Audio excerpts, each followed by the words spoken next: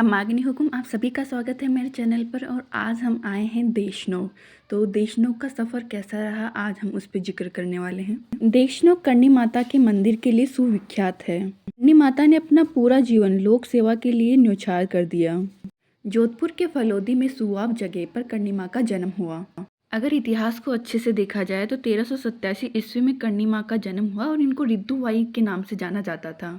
अपनी बुआ के हाथों पर चमत्कार करके ये करणी कहलाने लगी। करणी माँ के जन्म से पहले ही भारत के अधिकांश भागों पर राज करने वाले फिरोज शाह तुगलक भी 1 वर्ष पहले निकल चुके थे। मैं भी इस दुर्गा के साक्षात रूप को देखने के लिए जयपुर से बीकानेर पहुंची। बीकानेर से फिर देशनोक के लिए बस लेके और फिर देशनोक आ पहुंची। आज मैं एक महान शख्सियत के दर्शन करने जा रही थी, जिसने अपने विवाह के बाद में ही सांसारिक मोह माया से लगाव को तोड़कर एक तपस्वी जीवन जीने लगी। मुझे बस ने जहाँ छोड़ा, मैं उस जगह से चलते हुए अपने प्रसाद वगैरह खरीद कर अपने मंदिर की तरफ बढ़ रही हूँ। अपनी माँ के दर्शन करने जा रही हूँ। इस मंदिर का निर्माण बीकानेर रियासत के महाराजा गंगा सिंह ने करवाया था। इस मंदिर पर गुलाबी रंग और सफ़ेद रंग पोता गया है। यह मंदिर लोहे की रेलिंग से घिरा हुआ है और अब हम दर्शन करने जा रहे हैं। इस मंदिर के सामने करणी म्यूजियम भी बना हुआ है। मंदिर के प्रांगण में बाहर बहुत सारे कबूतर वगैरह होते हैं, जिनको सभी दाना दिया करते हैं। इस मंदिर में हमेशा ही बहुत भीड़ रहती है। मैं यहाँ से 2-3 बार आ चुकी हूँ, पर इस बार सोचा क्यों ना आपको भी दिखाया जाए इतना प्यारा सुंदर सा मंदिर और इतनी लोक मान्यता प्राप्त मंदिर, जिसकी एक कण कण में लोक कल्याण की भावना छिपी है। आपने सम्राट अशोक के बारे में तो सुना ही होगा। उन्होंने अपने समय काल में पशुओं के लिए भी चिकित्सालय वगैरह बनवाए थे। उन्होंने पशुओं के लिए भी काफ़ी कार्य कुछ किया था। लेकिन यहाँ पर एक अद्भुत नज़ारा देखने को मिलता है। यहाँ पर पशुओं के लिए चिकित्सालय की ज़रूरत ही नहीं होती है और ना ही यहाँ के लोगों को कभी चूहे से प्लेग फैला है। एक्चुअली यहाँ पे चूहे बहुत ही मदमस्त अवस्था में रहते हैं और ना तो वो कभी बीमार होते हैं, ना कभी बूढ़े होते हैं, और वो जैसे हैं वैसे रहते हैं। और अन्य चूहों की तरह उनकी आंखें भूरी नहीं होती बल्कि काली होती है, क्योंकि माना जाता है कि ये करणी माता के ही वंशज हैं। आज के विज्ञान ने कितने प्रगति कर ली है, पर वो आज भी नहीं खोज पाया कि यहाँ के चूहों की संख्या ना तो कम होती ना ज़्यादा। ऐसा क्यों है? क्योंकि इसका जवाब उनके पास भी नहीं है। भारत भूमि पर ऐसी करिश्माई घटनाएं देखने को मिलना कोई नई बात नहीं है। यहाँ पर हर जगह हर क्षेत्र में ऐसी घटना देखने को आपको मिल जाएगी, क्योंकि ये जन्मभूमि ही ऐसी है। अब मैं करणी माता के दर्शन के लिए उनके दर पे पहुँच चुकी हूँ। उनके दर्शन मैंने कर लिए हैं। यहाँ पे नवविवाहित जोड़े बहुत अधिक मात्रा में आते हैं। इस मंदिर में आकर एक अलग सी शांति है जिसे मैं महसूस कर रही हूँ। यहाँ पे दर्शन के लिए एक लंबी कतार थी, जिसको पार करते हुए मुझे जाना पड़ा माँ के दर्शन के लिए। करणी माँ, वो करणी माँ जो आपके हर काम को करण कराने वाली है। जो इस दर पे आता है वो खाली नहीं जाता। मेरी भी आशा है कि आप इस दर पे आए और आपकी सकारात्मक जो विश मांगी है वो ज़रूर पूरी हो। मैंने माँ के लिए जो प्रसाद लिया था वो मैंने जब उनको देती हूँ, फिर वो एक रखते हैं, मुझे दे देते हैं बाकी का। फिर जोत आती है, सब जोत लेते हैं, मैं भी जोत लेके फिर वहाँ से निकल जाती हूँ चूहों को देखने के लिए। यहाँ माना जाता है, यहाँ पे वाइट चूहा दिख जाए बहुत अच्छा माना जाता है। मैंने बहुत कोशिश की लेकिन मुझे नहीं दिखा। लेकिन और लोगों को मैंने देखा कि कितने जिज्ञासु तरीके से वो चूहे देखने की तैयारी कर रहे हैं।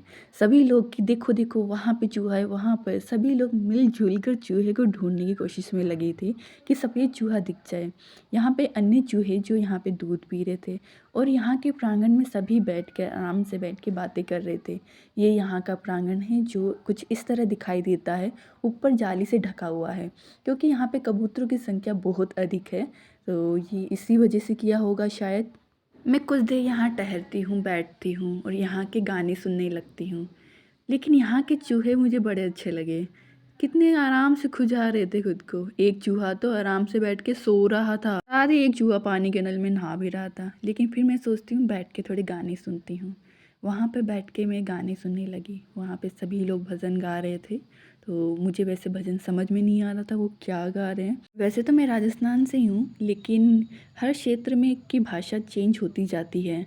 तो मेरे को जयपुरी भाषा आती थी, ये थोड़ा बीकानेर साइड में थोड़ा अलग लैंग्वेज यूज़ करते हैं, वर्ड्स यूज़ करते हैं, तो बट मैं थोड़ा थोड़ा समझ पा रही थी ये क्या बोलना चाहते हैं, तो वो मैं ट्राई करके सुन रही थी और आसपास की चीज़ें मैं देखती जा रही थी, ऑब्जर्व कर रही थी कैसे क्या हो रहा है, कौन कहाँ से आ रहा है। चलो आपको भी सुनाई देती हूँ ये गाना थोड़ा बहुत।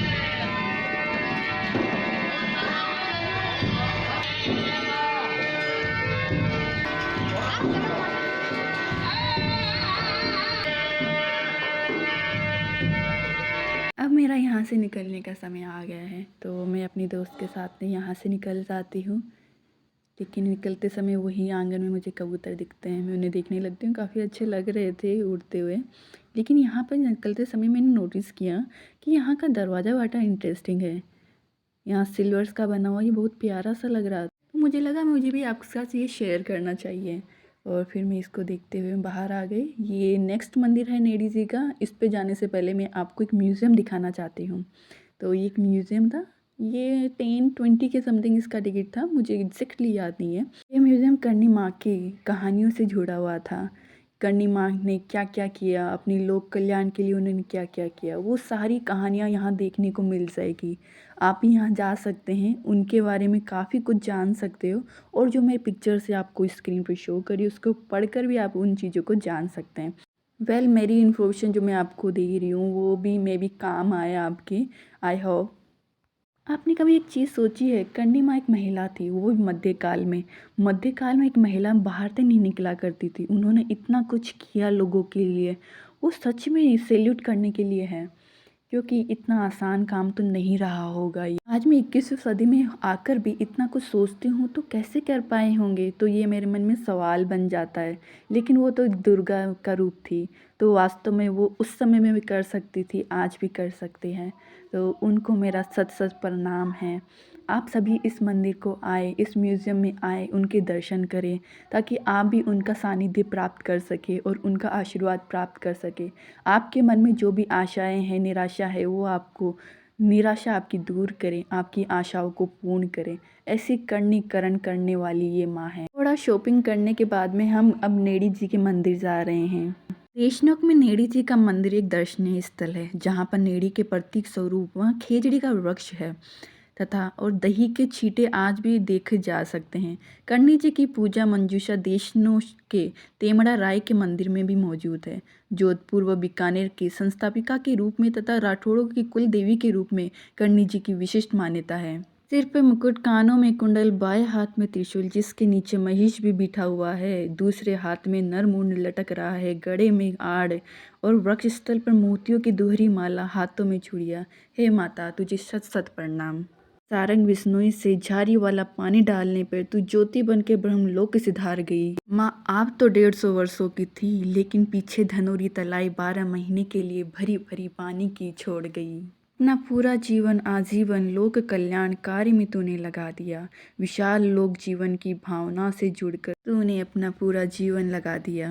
कर्णी माँ के उपलब्धियों को एक वीडियो में दिखाना मुश्किल है, लेकिन आपको मेरा वीडियो पसंद आए तो इसको लाइक, कमेंट, शेयर कीजिएगा। धन्यवाद। जय माँ कर्णी।